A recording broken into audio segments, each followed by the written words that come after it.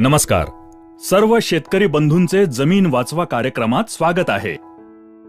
आपल्या गावात जी पण जमीन आहे त्या सर्व जमिनीमध्ये जर आपण एकाच प्रकारचे बीज, खते, एकाच ठिकाणचे पाणी दिले आणि एकसारखी मेहनत केल्यानंतर सुद्धा एकसारखे पीक येईल का? नाही. का? कारण प्रत्येक ठिकाणची जमीन वेगळी आहे. म्हणजेच सर्व गोष्टी जसे बीज, खते, पाणी आणि मेहनत एकसारख्या असून सुद्धा जर जमीन वेगळी असेल तर पीक वेगळे येते. या ठिकाणी एक गोष्ट तर पक्की आहे की पीक येण्यामागे जमिनीचे योगदान सगळ्यात जास्त महत्त्वपूर्ण आहे. जमीन हलकी तर पीक हलकं, जमीन चांगली तर पीक चांगलं. जर जमिनीला आपण ताकदवार बनवली तर चांगलं पीक घेण्यापासून आपल्याला कोणी थांबवू शकतं का? नाही. मग जर जमिनीला ताकदवार बनवायचं असेल तर तिला समजून घेणं गरजेचं आहे. जमिनीला बारकाईनं समजून घेण्यासाठी आमच्या तज्ज्ञांनी तिचं 3 भागात विभाजन केलं आहे. पहिला भाग भौतिक गुण. जमीन दिसायला कशी आहे? लाल आहे, काळी आहे की सफेद आहे? जमिनीची पाणी धरून ठेवण्याची तसंच सोडण्याची क्षमता किती आहे? हे जमिनीचे भौतिक गुण आहेत. यांना आपण बदलू शकतो का? नाही. पण याच भौतिक गुणांच्या आधारे आपण कोणतं पीक लावायचं ते ठरवतो. आता दुसरा भाग रासायनिक गुण. भौतिक गुणांच्या आधारे आपण ठरवलं की आपल्याला गहू लावायचे आहेत. आता समजा गव्हाच्या पिकाला 50 किलो नायट्रोजनची गरज आहे आणि जमिनीत 25 किलो नायट्रोजन उपलब्ध आहे. तर शेतकरी काय करेल? 25 किलो नायट्रोजन विकत आणून जमिनीत टाकेल. याचा अर्थ असा की ही जी काही तत्व आहेत जसं nitrogen, potassium, phosphorus, copper, zinc, boron, calcium इत्यादी, ही सर्व तत्व जमिनीच्या रासायनिक भागामध्ये येतात. त्यावरच आजपर्यंत शेतकरी काम करत आला आहे. या तत्वांवर काम करण्यासाठी शेतकऱ्याकडे 2 मार्ग आहेत. एकतर शेतकरी रासायनिक खते किंवा बाजारात उपलब्ध असलेल्या उत्पादनांच्या माध्यमातून ही कमतरता भरून काढतो, नाहीतर शेणखत किंवा कंपोस्ट खत या माध्यमातून भरून काढतो. आता शेणखत किंवा कंपोस्टमध्ये काय आहे? तर यामध्ये सर्व तत्वांचे भांडार आहे जे या खताच्या माध्यमातून पिकाला मिळते.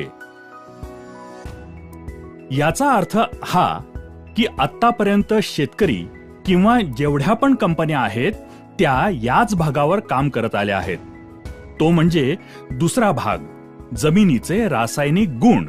म्हणजेच किती तत्व उपलब्ध आहेत आणि पिकाची गरज किती आहे त्यानुसार तत्व कमी जास्त करणे. आता आपण बघूया की भौतिक गुण आणि रासायनिक गुण यांच्या व्यतिरिक्त तिसरा भाग काय आहे आणि आपल्याला तो जरुरी आहे का? आणि हो, त्यानंतरच आपण त्यावर काम करायचं की नाही ते ठरवूया. तिसरा भाग, ज्याला आपण म्हणूया जैविक गुण. जेवढे पण जीवाणू आहेत ते जमिनीच्या जैविक भागामध्ये येतात. आता हे जीवाणू आपल्यासाठी गरजेचे आहेत का? हे माहिती करून घेण्यासाठी आपण काय करू शकतो? आपण आपल्याच शेतातील माती घेऊ आणि तिचे 2 भाग करून लोहाराच्या भट्टीमध्ये त्यातील एक भाग 160 डिग्री सेल्सिअस ते 500 डिग्री सेल्सिअस तापमानात गरम करू आणि ती थंड झाल्यानंतर दोन्ही भागात बीज जर टाकले तर गरम केलेल्या भागात ते बीज कधीच नाही उगवणार. असं का? कारण 160 डिग्री सेंटीग्रेड पेक्षा जास्त तापमानात जे पण जीवाणू होते ते सर्व संपून गेले, म्हणून ते नाही उगवले. म्हणजेच बीज उगवण्याची प्रक्रिया ही जीवाणूंच्याच माध्यमातून होत होती. हे एक काम झालं. आता दुसरं काम बघा. आपण शेतकरी जेव्हा जमिनीत खत टाकतो त्यावेळी असं करतो का की पिकाच्या आजूबाजूची माती कोरून त्याच्या मुळ्या बघून खत टाकतो? नाही. आपण काय करतो? कसं पण खत फेकून येतो. आता खत तर मुळांच्या जवळ नाही पडत, ते कुठेही पडलेलं असतं. तरी पण जर 2 दिवसानंतर आपण पाहिलं तर पिकामध्ये बदल झालेला दिसून येतो. याचा अर्थ ते टाकलेलं खत पिकाला लागू पडलं, म्हणजेच खत आणि पीक यामध्ये काहीतरी हालचाल झालीये. मग काय झालं? खत चालून पिकाकडे गेलं की मुळ्या बाहेर येऊन खत खाऊन परत आत गेल्या? नाही, असं काही नाही झालं. या कामामध्ये सर्वात महत्वाचं काम जीवाणूंचं असतं. मला सांगा, जे खत आपण टाकतो ते खत पीक एकाच वेळेला घेतात का? नाही. मग जे खत आपण टाकतो ते स्वतःला जमिनीत साठवून ठेवू शकतं का? नाही. तर जीवाणू काय करतात? शेतकरी जी खतं टाकतो त्यांना साठवून ठेवून पिकांना जशी गरज लागेल त्यानुसार ती खतं पिकात पोहोचवण्याचं काम करतात. हे महत्वाचं काम पण जीवाणूंच्याच माध्यमातून होतं. आता तिसरं काम. बरीच अशी तत्व आहेत जी पिकं असतात त्या स्वरूपात कधीच घेत नाहीत. तुमच्या भाषेत सांगायचं तर समजा गहू घेतले. गहू आपल्या खाण्यासाठी असतात. जर मी तुम्हाला 1 प्लेट भर गहू खायला दिले तर तुम्ही खाणार का? नाही. तर काय करणार? त्याचं पीठ कराल, त्याची चपाती बनवाल आणि मग खाल. याचा अर्थ असा की ज्या स्वरूपात आहे त्यातून दुसऱ्या स्वरूपात बदललं तरच खाऊ शकणार. त्याचप्रमाणे फॉस्फरस, सिलिकॉन यासारखी जी तत्व आहेत ती आहे त्या स्वरूपात पिकं कधीच घेत नाहीत. त्यांना दुसऱ्या स्वरूपात बदलण्याची गरज असते. त्यांना घुलनशील बनवावं लागतं. हे काम जीवाणूंच्याच माध्यमातून होतं. जर आपण फॉस्फरस जमिनीत टाकला आणि त्या ठिकाणी जीवाणूच नसतील तर तो फॉस्फरस जमिनीत तसाच पडून राहील. तो पिकासाठी वापरलाच जाणार नाही. आणि तुम्ही विचार कराल, मी तर पिकात टाकलंय तरी पण फॉस्फरसची कमतरता का आली? मग तुम्ही काय करणार? परत फॉस्फरस आणून टाकणार आणि असं केल्यानं आपला खर्च वाढतो.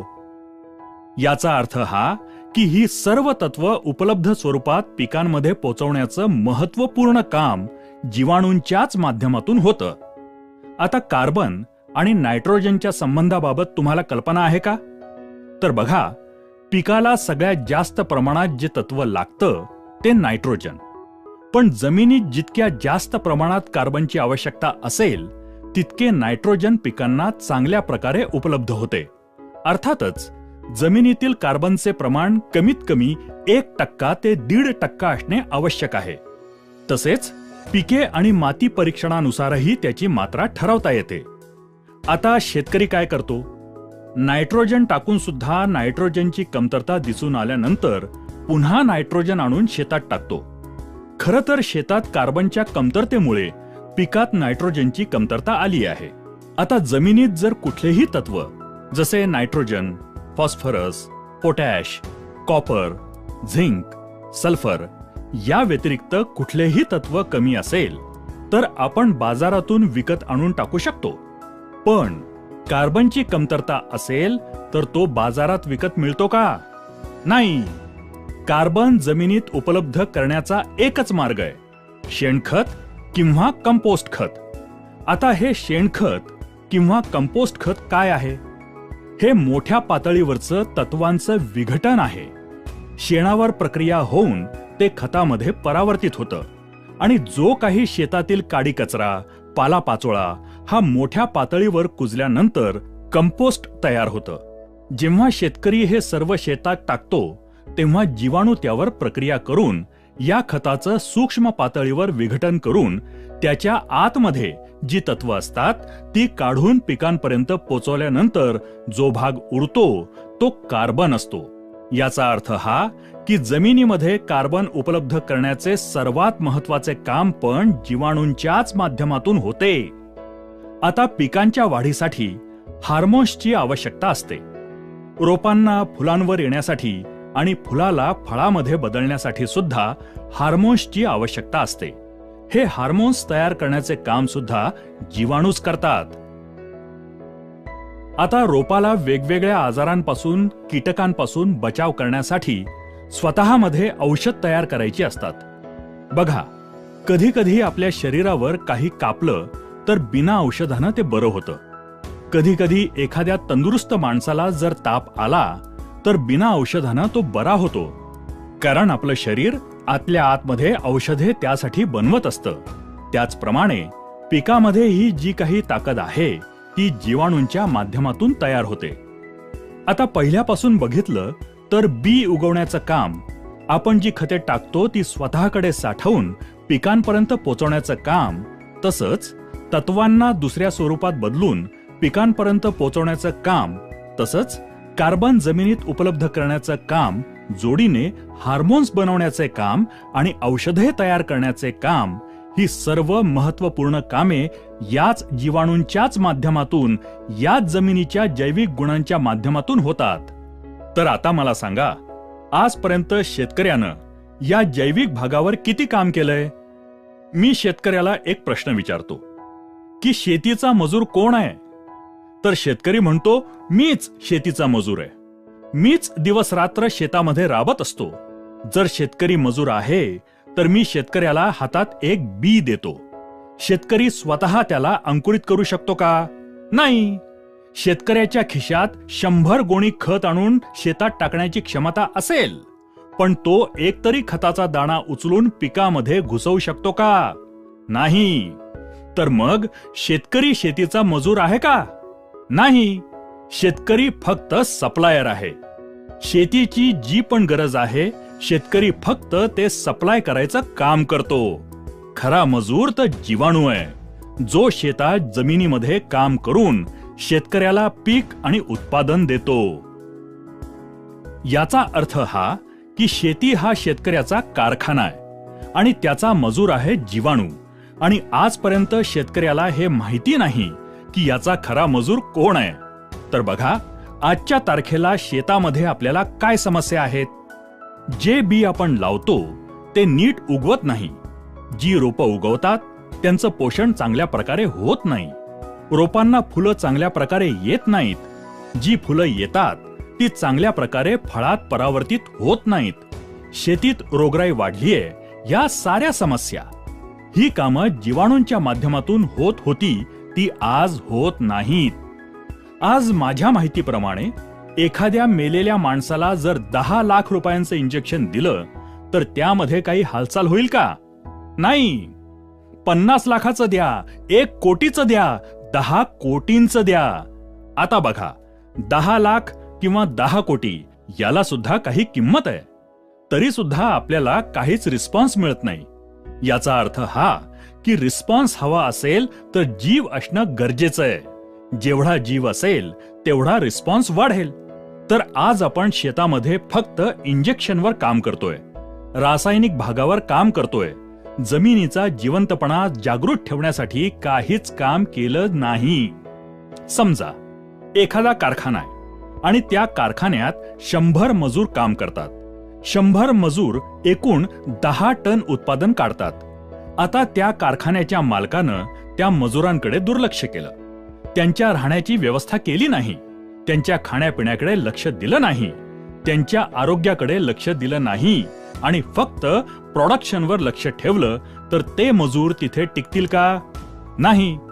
त्यांची संख्या दिवसेंदिवस कमी होत जाईल.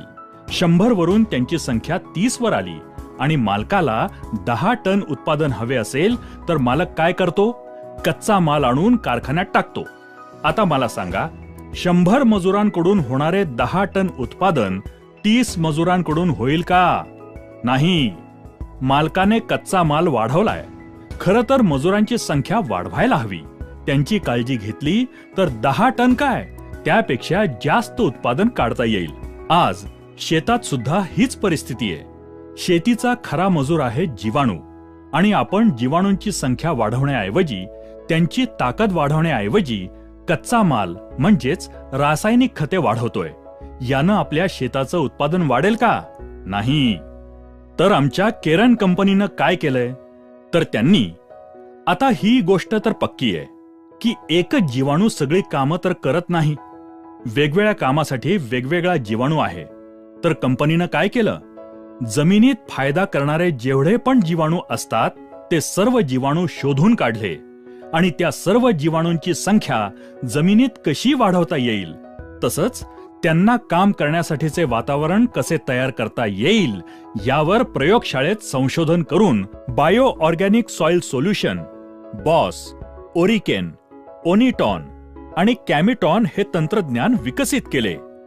हे तंत्रज्ञान जसे आपण जमिनीत सोडले तसे त्या जमिनीतील जीवाणूंची संख्या करोडोंच्या पटीनं वाढत जाते. तसंच त्यांना काम करण्यासाठीचे पूरक वातावरण तयार होते. त्यामुळे तुमच्या त्या जमिनीची ताकद वाढते आणि जमिनीमध्ये जीवाणूंच्या माध्यमातून होणारी सर्व कामे वेगानं सुरू होतात. शेतकरी जेवढा कच्चा माल किंवा रासायने शेतात टाकतो आणि मेहनत करतो, त्याचे भरपूर रिटर्न्स शेतकऱ्याला त्याच्या शेतातून द्यायला सुरू करतात. बॉस, ओरिकेन, ओनिटॉन, कॅमिटॉन या तंत्रज्ञानाचा वापर शेतकरी त्याच्या जमिनीमध्ये वेगवेगळ्या प्रकारच्या स्लरीच्या माध्यमातूनही करू शकतो. जर शेतकऱ्यानं असं केलं तर त्याची जमीन खूप वेगानं रिस्पॉन्स देऊ लागते आणि माझ्या अनुभवानुसार ते पीक तुमच्या संपूर्ण भागात नंबर 1 चे पीक असेल. तसेच तुमच्या जमिनीची उत्पादन क्षमता सुद्धा वाढेल. मी शेतकऱ्याला एक गोष्ट नेहमीच सांगतो की पहा, तुमचं अर्ध आयुष्य गेलं कोणतं खत चांगलं आहे, कोणतं बी चांगलं आहे हे शोधण्यात, आणि आज पण तुम्ही शोधतच आहात. 3 महिने जर तुम्ही आम्ही सांगतो तसं केलं तर माझा दावा आहे की त्यानंतर तुमचा शोध संपेल. आम्ही तुम्हाला पूर्ण शेतात नाही टाकायला सांगत. तुम्हाला जेवढं टाकावंसं वाटेल तेवढ्याच एरियात टाका आणि बघा, जर तुमच्या जमिनीत बदल झाला तर तुम्हाला दुसऱ्याच्या विश्वासाची गरजच नाही. हे घेऊन तुमचं संपूर्ण शेत, संपूर्ण जीवन कसं चांगल्या प्रकारे समृद्ध करता येईल ते तुम्ही ठरवू शकता. कारण जगात काय होतंय यापेक्षा आपल्या शेतात काय होतंय ते जास्त महत्वाचं आणि गरजेचं आहे. आमचे जे कोणी सहकारी तुमच्याकडे येतात त्यांच्याकडून पिकानुसार त्यामध्ये आमची ही केरन टेक्नॉलॉजी कोणत्या प्रकारे वापरायची आहे याची पूर्ण माहिती तुम्ही घेऊ शकता. आमच्या या कार्यक्रमाला आपण लक्षपूर्वक उपस्थित राहिल्याबद्दल, आपला मूल्यवान वेळ दिल्याबद्दल सर्व शेतकरी बंधूंना केरनकडून खूप खूप धन्यवाद.